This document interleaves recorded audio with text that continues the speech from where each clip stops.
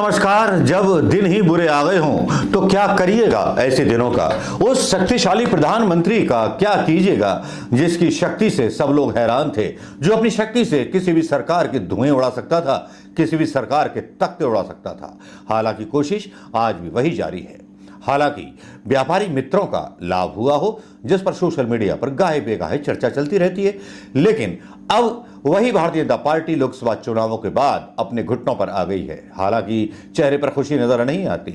चेहरे पर खुशी इसलिए नजर नहीं आती कि घोटाला करके जीते हैं बाबू, ईवीएम में घोटाला या गिनती में घोटाला कर करके जीते हैं। चेहरे पे वो चमक गायब है, दमक गायब है। लेकिन अभी तक फार्मूले और पैतरे वही हैं भारतीय जनता पार्टी के जो पहले हुआ करते थे। आज भी ईडी, आईडी, सीबीआई का जैसे भी चाहे वैसे प्रयोग करो। लेकिन अब विधानसभा के चुनाव हरियाणा में हैं, जिसकी वजह से सरकार पर दबाव बना हुआ है। और दूसरी तरफ उत्तर प्रदेश में योगी जी के ऊपर भी दबाव बना हुआ है। उत्तर प्रदेश में अपराध की बढ़ती हुई घटनाएं, मध्य प्रदेश में बढ़ती हुई अपराध की घटनाएं ये साबित कर रही है कि युवाओं के पास अब अपराध करने के अलावा कोई और काम नहीं रह गया है। अयोध्या में झूठा एनकाउंटर मंगेश यादव का हो, जिस पर सवाल अखिलेश यादव जाति को लेकर के उठाते हों, और वहीं जिन्होंने एनकाउंटर करने वाले पुलिस ऑफिसर को इनाम दिया हो, ठाकुर जाति के लोग जिन्होंने सम्मानित किया हो, तो इस पर भी सवाल उठते हैं। एक ठाकुर लॉबी के व्यक्ति को पुलिस का चीफ बना देना उत्तर प्रदेश में, इस पर भी सोशल मीडिया पर सवाल उठते हैं।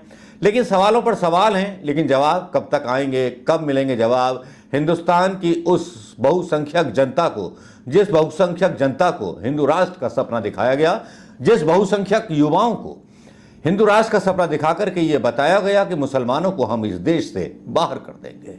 देश से बाहर तो ना कर पाए, अलबत्ता मुसलमानों ने इसके अगेंस्ट दंगों में ना भड़क करके, दंगाई ना बन करके अपनी तरक्की खुद इन 10 सालों में सुनिश्चित कर ली।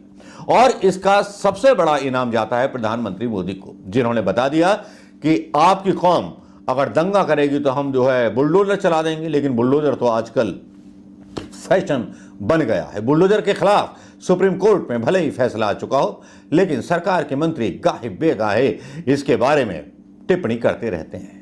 लेकिन भारतीय जनता पार्टी की गर्दन फंसी हुई सी नजर आ रही है।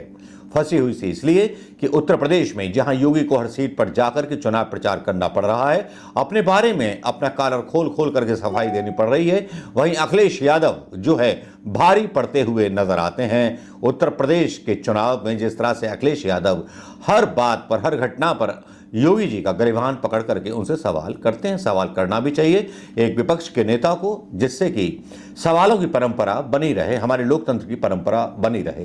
कहीं कल को कोई देश का विदेशी मीडिया ये ना बोले कि योगी और मोदी तानाशाह थे, तो इससे भी हमें बचना होगा कि ये दाग हमारे देश के मुख्यमंत्रियों और प्रधानमंत्रियों के ऊपर ना लगने पाए। लेकिन वहीं दूसरी तरफ हरियाणा में हालत खराब है। हरियाणा में विनेश फोगाट के ऊपर ब्रजभूषण के बयान, ये अपने आप में असम्मान है उन महिलाओं का जो हरियाणा की बेटी कहलाती हैं। हरियाणा की बेटी विनेश फोगाट जब कांग्रेस में शामिल हुई, तब भारतीय जनता पार्टी के नेताओं की टिप्पणी आई कि भैया ये तो होना ही था, ये तो कांग्रेस का एजेंडा चला रहे थे, अच्छा हुआ इसको पदक नहीं मिला, ये वजन बढ़ा करके पहुंची थी, फलाना करके पहुंची थी, ढिमकाना करके पहुंची थी। लेकिन लोगों ने इसको लाइव देखा था। टीवी एक ऐसा शैतान आईना बन गया है जो सच्चाई खोल कर रख देता है। शैतान कह लीजिए, शैतान आईना इसलिए कह सकते हैं इसको कि शैतान आईने से नफरतें फैलाई जाती हैं, और एक देवदूत आईना इसलिए कह लीजिए कि सच्चाई भी इसी आईने पर दिखाई जाती है। देखते हैं, परखते हैं, सोचते हैं लोग, और फिर तय करते हैं कि कौन इसका जिम्मेवार है। हरियाणा के लोगों के साथ जो नाइंसाफी पुलिस ने किसान आंदोलन के दौरान की, जिस तरह से जाट, गुजर, इस तरह के समीकरण को लेकर के जगदीश खट्टर ने और वर्तमान साहिब सिंह ने राजनीति की, बीजेपी ने हरियाणा को न समझने की भूल कर ली, जिसके बारे में अब चर्चाएं ये आने लगी हैं कि विनेश फोगाट जुलाना सीट से लड़ रही हैं। ये वो जुलाना सीट है जिस पर कभी कांग्रेस ने जीत हासिल नहीं की है पिछले 27 सालों से। आज वही हरियाणा की बेटी, उसका मान सम्मान रखने के लिए विनेश फोगाट को उसी सीट से टिकट दे दिया गया है।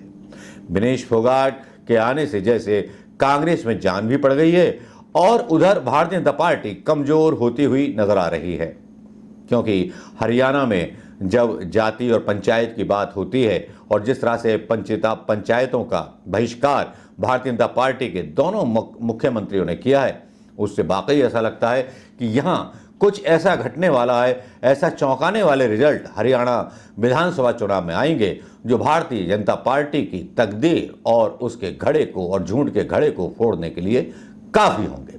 भले ही राम रहीम को फरलो देकर के जमानत पे छोड़ा जाए, भले ही राम रहीम को बोला जाए कि आप प्रचार कीजिए बीजेपी के लिए, लेकिन ये कितना प्रभावी होगा कितना नहीं, ये राम रहीम के भक्त भी जानते हैं।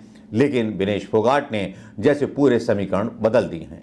ब्रजभूषण शरण सिंह ने फोगाट के खिलाफ बयान देकर के एक तरह से भारतीय जनता पार्टी की चिता की जलाने की तैयारी कर दी है।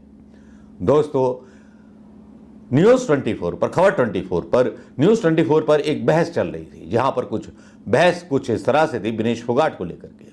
5 पत्रकार अपने अपने बयान रख रहे थे, जिसमें कई अनुभवी पत्रकार थे। सुनिए इस बहस को।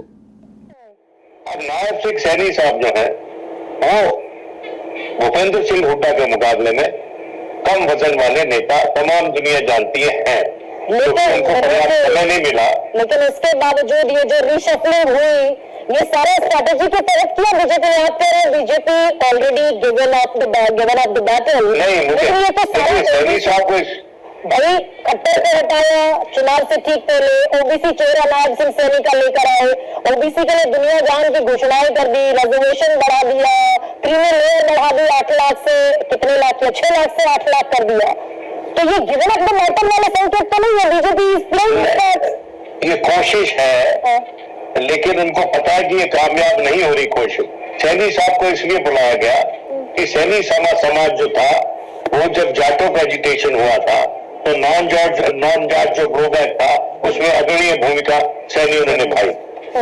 तो जो Jat versus non Jat BJP की स्ट्रेटजी रहती है हरियाणा में, उसके तहत उनको बनाया गया। लेकिन जहां तक हमें पता है, जानकारी अभी तक मिल रही है, नॉन जाट और जाट हो नहीं रहा है इस बार। क्योंकि देखिए, somewhere along the way they lost the plot BJP. आप विनेश फोगाट समझते हैं कि विनेश फोगाट के एडमायरर सिर्फ जाट समाज में है, हरियाणा के और समाजों में नहीं है।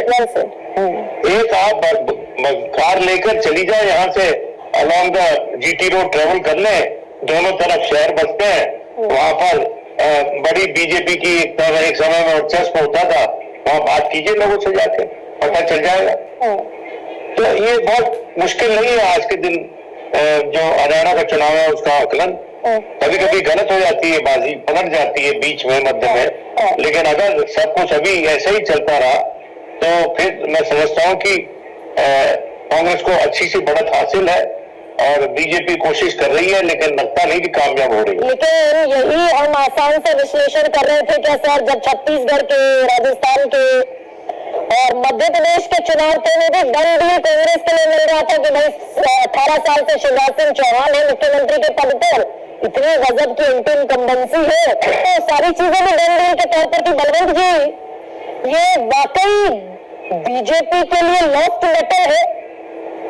और अब हरियाणा में अगर आम आदमी पार्टी में जो 5 सीटों पर सहमति बनती दिख रही है, घोषणा कल होगी, अभी थाम लिया गया इस घोषणा को, अगर इंडिया अलायंस जुड़ गया इसमें। ये बहस आपने सुन ली होगी। विनेश फोगाट के आसपास घूमती, इर्द गिर्द घूमती इस बहस को सुनने के बाद 5 पत्रकारों का जो पैनल था वो विनेश फोगाट की खबर के बारे में पोस्टमार्टम कर रहा था कि आज अब जो है हरियाणा की राजनीति में क्या होने वाला है, क्या घटने वाला है। तो अब ध्यान देने वाली बात यह है दोस्तों कि भारतीय जनता पार्टी शायद अब बैकफुट पर आ जाएगी या हरियाणा में भारी अंतर से हारेगी और साथ में हार सकती है उपचुनाव, जिसके बारे में दावे किए जा रहे हैं। लेकिन यहां राहुल गांधी का और अखिलेश यादव का दाव चल चुका है। राहुल गांधी के ऊपर खबर अगले एपिसोड में दोस्तों। नमस्कार, जय हिंद।